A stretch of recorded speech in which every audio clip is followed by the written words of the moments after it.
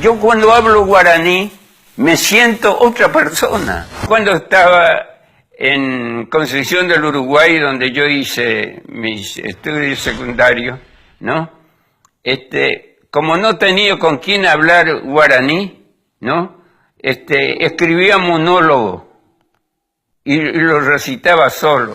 Yo lo titulo Paraguay Uruguay y dice así: Shekonderugu Sheretapona Oimema Ñandú y Pepoy Pusoko Sherekobe Ñañuamijanua Hatetambu Ewi Kuchekepe Guaycharo Echacete Achipububu Boraljure Cabo Chañote Llave Shekonderugu Sheretapona Derera Alcobeba Mandu Arorupe Momburu Guiveche Puana.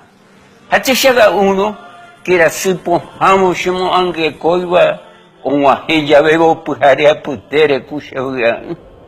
Shekonderu wushere tapona. Nana mandu aipa. Mi takangemi apukuiwa kwesambu hipo.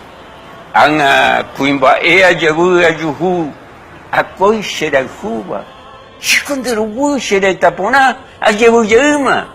Ajevo yeima no munu Hawaii shamboria hura peren en bareteja.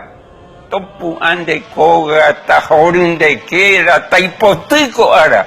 Hasapukai pape buapaya ve nashero basa. Shekonderu bushe tapona. De la jumbo keva nyora no poshi hamba embuasi. Bora jura tape ya yo pego nanye muno ya heiba.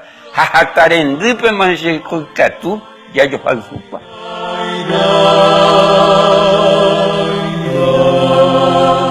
Flores, casualmente, después de haber escuchado este monólogo, ¿no? Es que insistió tanto en que yo fuera el que escribiera las letras de Ñemitú.